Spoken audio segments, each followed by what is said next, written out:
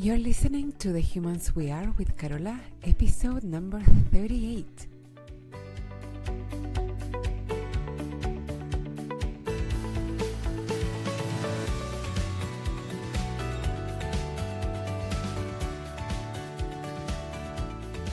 Hello, my beloved humans. I hope you're doing amazing today whenever you are listening and whatever you're listening to. If you are already a listener of the show, welcome back. I am so glad that you're here for another episode of The Humans We Are. And if you are new, welcome. You are in the right place if you want to have a different kind of relationship with yourself, with your body, with your future, with your past decisions, with the way that you are and have been in the world. And if there's anything that you would like to change in that relationship with yourself, my goal here is to support you in that too. And the way that I am trying to do that is with three main components. One is support, the second one is tools, and the third one is information and education to help you understand yourself better and create the change that you want to see in you. If you want to find out more about how I can do that, you can go to my website, carolafuertes.com, or you can find me on Instagram where I am at FuertesCarola. This week, it's been happening again where the same topic shows up with different clients, and that's always a good sign that it could be helpful to share here. So this is something that, in full honesty, I have been working on myself for a while. And I see so many women experience this, and I'm sure men do too. But I work mainly with women, so that's the experience that I can talk about. But I'm sure it's not just women who experience this. And what I'm talking about is when we are in a relationship with an idea of what the other person could be, or should be, or has the potential to be. I imagine that I am in an auditorium with 500 women right now, and I imagine that I say, raise your hand if you have ever had a very clear idea of who you think your partner should be, what you think they should do differently, what are the ways in which they could be much more successful, more fulfilled, more happy even. And like the majority of women raise their hands. And so many of us sincerely think that it's not for us, necessarily at least. It's for their own good. They would be so much happier if they did things differently. We have in our minds so many ways in which we think our collective lives would be better if the other person was different, if they changed these things that we have identified. And let me give you some examples. If they had better boundaries at work, if they were more decisive, if they were more ambitious, if they were more involved with the kids or more hands-on with the house chores, if they looked for a better paying job, if they drank less, if they played less video games, if they were more financially conservative, meaning that they wanted to save more, or the opposite, if they didn't focus so much on saving for the future but wanted to enjoy the present moment more. So I'm sure you can come up with your own examples, and these that I just gave you are by no means exhaustive. And I'm sure that many of you can identify with this, and some of us have even married that potential version of the person in front of us, not the real person in front of us, but the person that we think they could be, they should be, the vision for them that we think we have a chance to nudge them towards. So one of the things that I want to offer with this episode is the reassurance that if this resonates with you, you're not alone. You're not the only one. And I know that many of you are very, very aware that this dynamic is not very helpful or fair, and you judge yourself negatively for even having these thoughts. You judge yourself because you have so much judgment for your partner. And with clients, I see typically one of two things happen. So one, either you communicate these expectations, and when they are not met by your partner, that's a source of conflict, pain, tension, disconnection, and contempt. Or two, you don't communicate them because at some level you know it's not right or fair, and you try to push them down, but it doesn't work because you still expect them to fit your ideal in your mind, so that it can be even more frustrating because the other person knows that you're disappointed, frustrated, unhappy, but they have no idea why. So it can feel very disconcerting for them too. We're going to talk about what I think is fair and what isn't, and the perspective that I invite my clients to take to not only feel better themselves with their partners, but the ripple effect of this shift in perspective can be very surprising. And you can decide for yourself where you want to stand. So first of all, let me say that I think knowing what you want is fantastic. Knowing what you want for yourself, knowing what you want in a partner, knowing what you want from your relationship. It's so valuable to know what you want and to own it. So many of us can relate to not knowing what you want at some point of your life.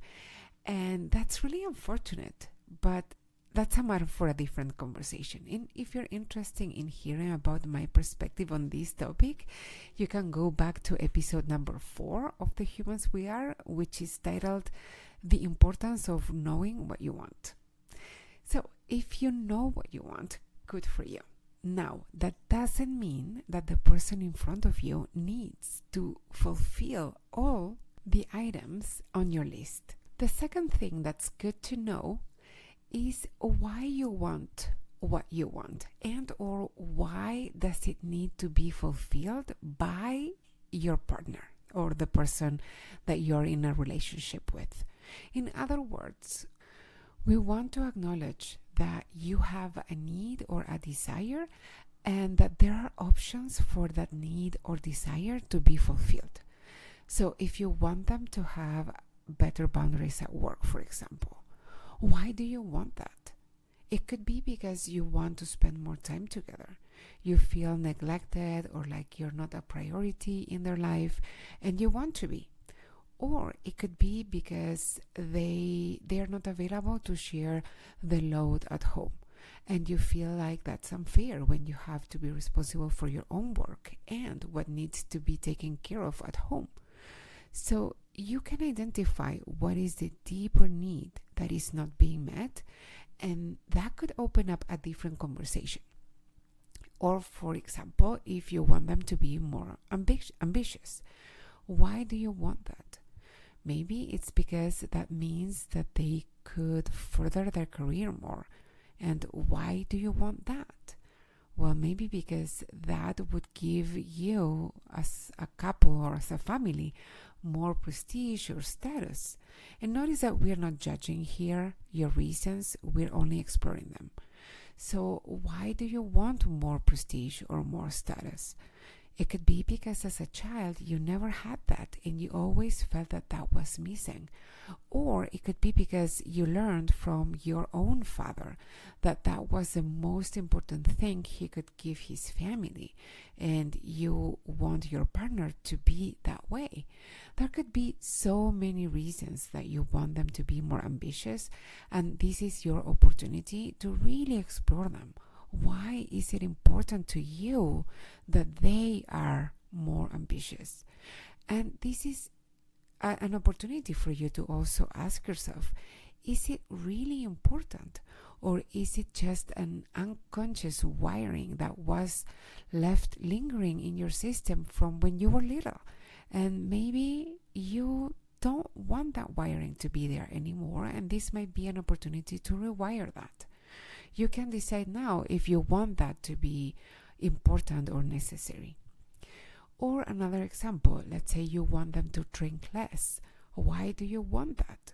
Is it because they get wasted and then it takes them a long time to recover, and that means that they miss half of the weekend and the kids miss them, or they can't pull their weight with the responsibilities at home when they are hungover, or because you're worried that this might be self-destructive behavior, or maybe when they drink they tend to say mean things or hurtful things to you, or you may feel unsafe, and not necessarily because they are, but because it triggers all trauma for you.